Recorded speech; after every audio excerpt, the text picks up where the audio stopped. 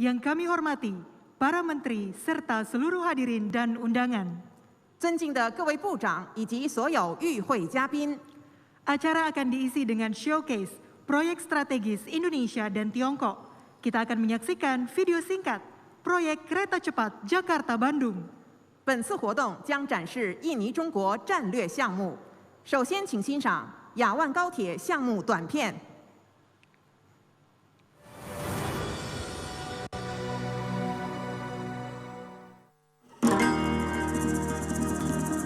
Kereta cepat Jakarta-Bandung menghubungkan ibu kota Indonesia, Jakarta dan Bandung, kota wisata terkenal, dengan total panjang 142,3 km. Kecepatan operasi maksimum 350 km per jam. Sepanjang jalur terdapat 4 stasiun pemberhentian, yaitu Stasiun Halim, Karawang, Padalarang, dan Tegaluar. Struktur geologis di sepanjang jalur kereta cepat Jakarta-Bandung sangatlah kompleks. Dibangun dengan teknologi canggih dan matang dari kereta cepat Tiongkok dan menggunakan Bellesless Track tipe lempeng CRTS-3 Tiongkok, bantalan jembatan peredam guncangan, serta sistem kontrol kereta CTCS-3, sistem peringatan dini gempa, sistem informasi cerdas, dan membuat rangkaian EMU yang dirancang khusus untuk kereta cepat Jakarta-Bandung. Atas dukungan langsung dari Kepala Negara Tiongkok dan Presiden Indonesia, serta upaya bersama dari kontraktor Tiongkok dan Indonesia, pembangunan kereta cepat Jakarta-Bandung telah mewujudkan banyak pencapaian penting sejak pembangunan skala penuh dimulai pada Juni 2018. Semua konstruksi terowongan dan jembatan telah selesai. Pemasangan rel telah dimulai di jalur utama. 14 km telah memenuhi persyaratan pengujian. Melalui sinergi, pekerjaan persiapan operasi telah dilaksanakan dengan baik. Setelah kereta cepat Jakarta-Bandung selesai dibangun dan beroperasi, waktu tempuh perjalanan Jakarta-Bandung akan dipersingkat dari 3 jam lebih menjadi 40 menit. Ini akan secara drastis memperbaiki kondisi lalu lintas setempat dan akan sangat bermanfaat dalam mendorong pengembangan ekonomi dan sosial di sepanjang koridor. Memperdalam kerjasama pragmatis antara Tiongkok dan Indonesia, dan bersama-sama meningkatkan pembangunan dalam prakarsa sabuk dan jalan dengan poros maritim dunia yang berkualitas tinggi.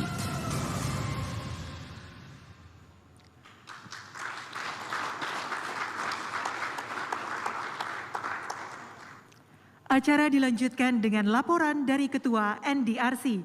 Kami mengundang Bapak Helifeng. 接下来由中国国家发展和改革委员会主任做汇报，有请何立峰主任。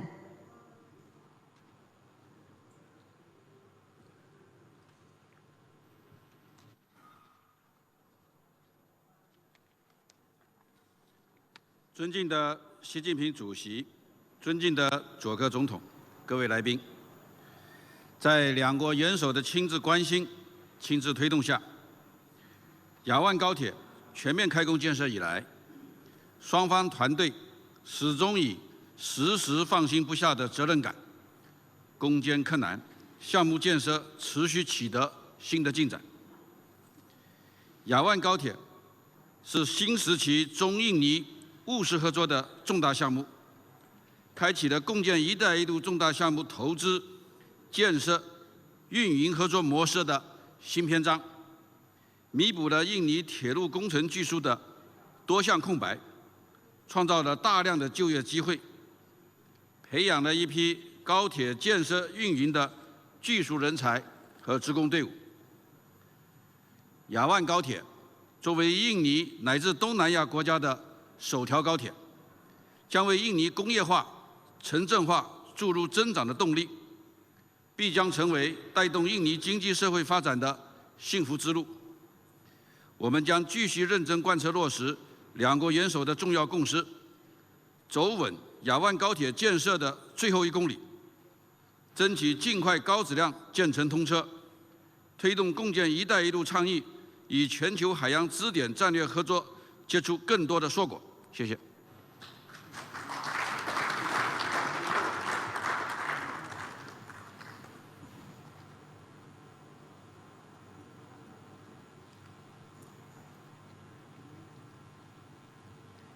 Berikutnya adalah laporan Menteri Koordinator Bidang Kemaritiman dan Investasi Republik Indonesia kepada Bapak Luhut Binsar Panjaitan. Kami persilakan. 下面由印尼海洋和投资统筹部长做汇报，有请卢胡特部长。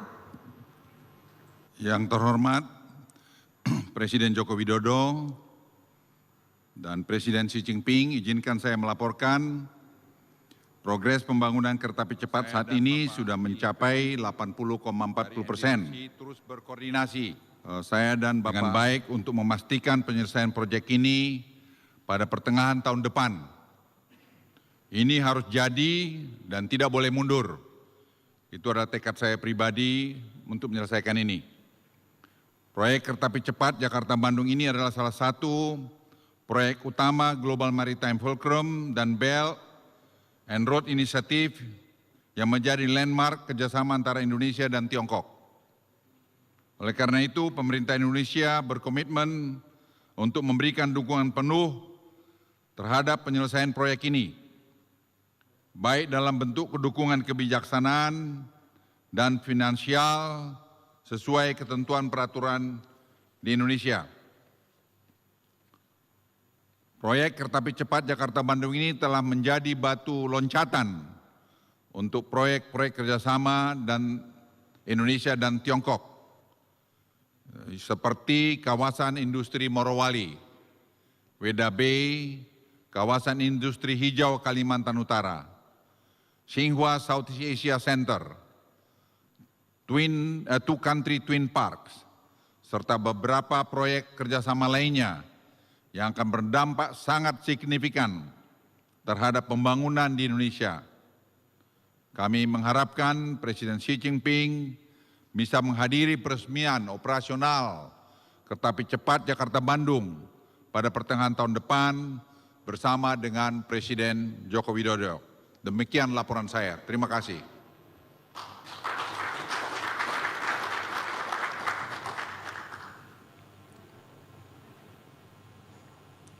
Hadirin, kita telah terhubung melalui koneksi video antara Nusa Dua Bali dengan Stasiun Tegaluar Bandung untuk melaksanakan operational trial kereta cepat Jakarta-Bandung. 各位来宾，我们已通过视频连线巴厘岛努沙杜瓦和万隆德卡鲁尔站，进行雅万高铁试验运行。 Kami persilakan kepada masinis dari Stasiun Tegaluar Bandung untuk menyampaikan laporan. 请万隆德卡鲁尔站司机汇报情况。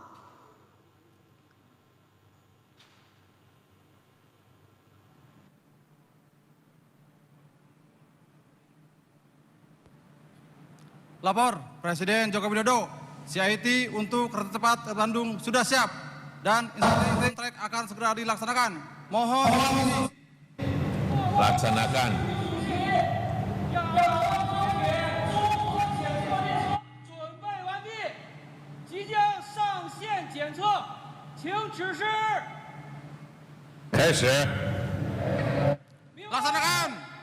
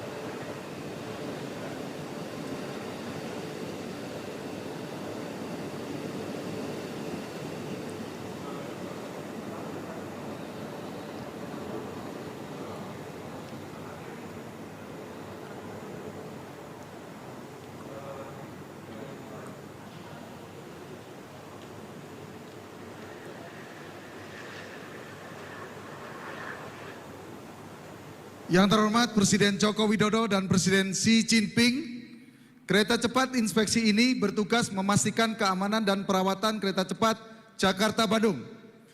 Dilengkapi teknologi canggih dan teruji, kereta ini mampu mendeteksi lebih dari 60 parameter teknis secara real time.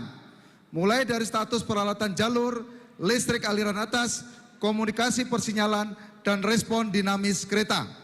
Termasuk deteksi potensi isu dari operasional dan kondisi di lingkungan sekitar. Tim teknis Terate akan berlangsung melakukan perbaikan yang diperlukan. Kereta cepat inspeksi ini akan dijalankan di setiap hari sebelum jalur kereta digunakan untuk kereta penumpang. Terima kasih, Sisi.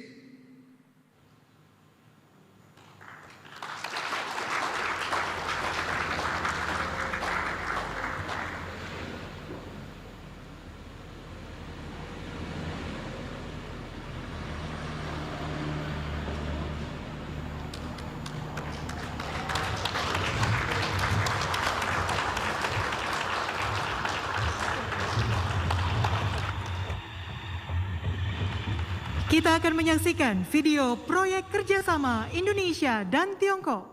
接下来将播放印尼中国合作项目短片。 Sebagai tetangga dekat dengan sahabat akrab, hubungan Indonesia dan Tiongkok telah terjalin sejak abad ke-7 Masehi. Selama berabad-abad, kedua negara telah melakukan kerjasama, mulai dari perdagangan barang hingga pertukaran ilmu pengetahuan, serta budaya di sepanjang jalur sutra maritim kuno.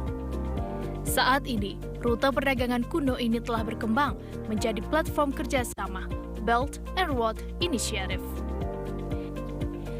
Indonesia telah berhasil mensinergikan BRI dengan poros maritim global melalui penandatanganan MOU on jointly promoting the BRI Cooperation pada tahun 2018 yang membuka era baru kerjasama strategis dan konkret antara Indonesia dan Tiongkok.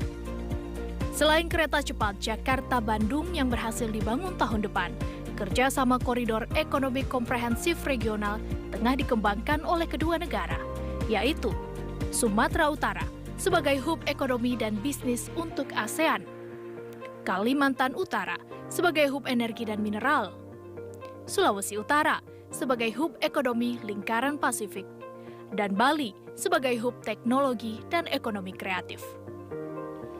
Keempat koridor tersebut memungkinkan Indonesia mengoptimalkan sumber daya alamnya yang melimpah untuk mengembangkan industri mineral berkualitas tinggi. Hub-hub ini juga menyediakan ruangan bagi institusi yang baik untuk penelitian ilmiah dan pelatihan akademis, khususnya kampus Tsinghua Southeast Asia Center yang baru saja diresmikan di Bali yang akan berkontribusi pada implementasi inisiatif pembangunan global di kawasan kita. Baru-baru ini, Presiden Joko Widodo telah melaksanakan peletakan batu pertama di kawasan industri hijau yang akan dibangun di Kalimantan Utara dengan investasi potensial dari Tiongkok dan Uni Emirat Arab. Kawasan ini akan menyerap lebih dari 60.000 tenaga kerja melalui industri aluminium, petrokhem, polisilikan, serta pabrik baterai untuk kendaraan listrik yang akan didukung dengan pembangkit listrik, tenaga air, dan tenaga surya. Perdagangan dan investasi antara kedua negara pun terus menghasilkan pencapaian yang menggembirakan. Tiongkok telah menjadi mitra dagang terbesar Indonesia selama 9 tahun secara berturut-turut. Selama semester pertama tahun 2022, realisasi investasi Tiongkok di Indonesia telah mencapai 3,6 miliar dolar Amerika Serikat, meningkat 100% dibandingkan periode yang sama tahun lalu. Investasi Tiongkok tersebar dalam berbagai bidang, antara lain infrastruktur, energi, pendidikan, inovasi, dan ekosistem daur ulang baterai. Ketika COVID-19 menghantam, Tiongkok hadir untuk Indonesia dengan memenuhi ketersediaan alat-alat kesehatan, berbagi ilmu terkait penanganan COVID-19, obat-obatan, hingga memastikan pasokan vaksin. Tiongkok juga telah mendukung Indonesia membangun hub regional untuk manufaktur vaksin dengan mengembangkan industri bioteknologi dan perawatan kesehatan dalam negeri. Melalui Abogen, Tiongkok mendukung perusahaan biofarmasi Etana Biotechnologies untuk menjadikan Indonesia negara pertama di ASEAN yang mampu memproduksi vaksin COVID-19 berbasis platform mRNA.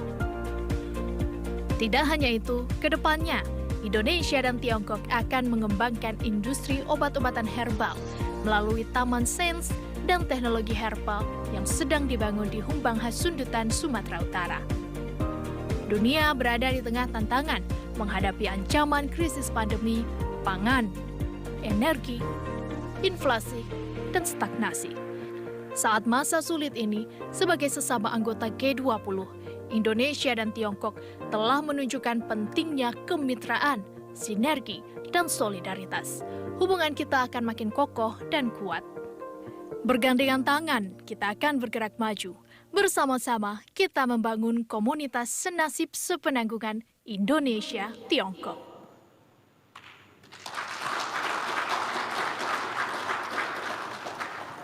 Hadirin yang kami hormati, demikianlah rangkaian acara live streaming dan penayangan video proyek strategis Indonesia dan Tiongkok. Kami mengucapkan terima kasih atas kehadiran Presiden Republik Indonesia dan Presiden Republik Rakyat Tiongkok. Dimohon berkenan kepada Presiden Republik Indonesia dan Presiden Republik Rakyat Tiongkok beserta para menteri dan pendamping menuju ruang bilateral. 尊敬的各位来宾，以上就是印尼中国战略项目直播和视频展示系列活动。感谢印度尼西亚共和国总统和中华人民共和国主席的光临，请二位国家元首、各位部长及相关陪同人员移步进入双边会议场地。 Terima kasih. Wassalamualaikum warahmatullahi wabarakatuh. Om Santi Santi Santi Om. 祝福大家平安喜乐，谢谢。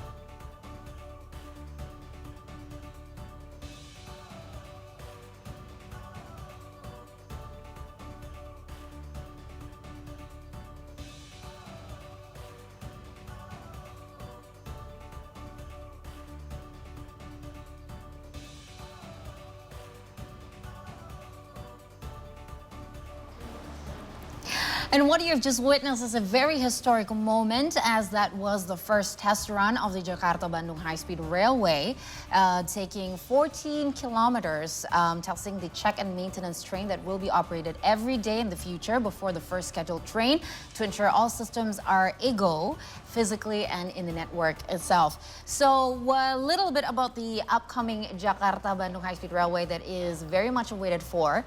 It has a track of 143.2 kilometers, and it will run for 35 minutes from Jakarta to Bandung. And it's predicted to have the ticket prices are also pretty affordable. It's predicted to be around 150,000 rupiah to 350,000 rupiah.